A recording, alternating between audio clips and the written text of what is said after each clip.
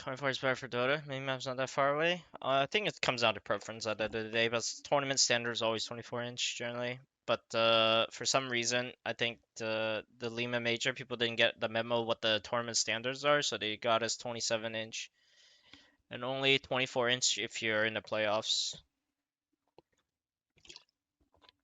Less problems on the major. There should be less problems. ESL is hosting the next one.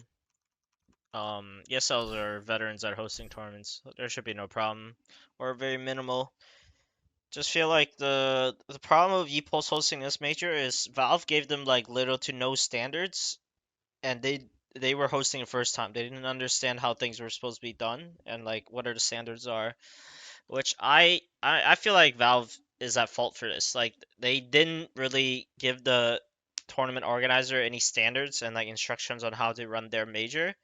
And like at the end of the day, it's a shit show partly because Valve is very hands off. So it is what it is. Was the whistling to be heard during games? Pretty much the caster can hear, or you can hear all of the caster depending on how your microphone is set up. If your sensitivity is not that high, it picks up everything.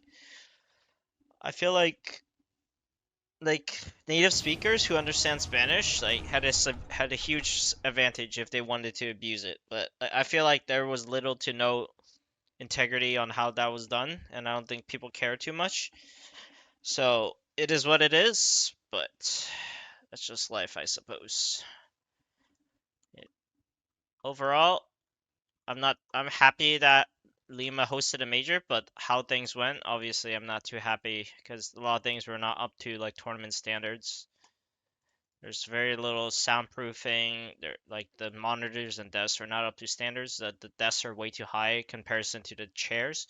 So then you're always playing at a lower elevation on armrest, which is really bad for most of the gamers. No one really plays like that.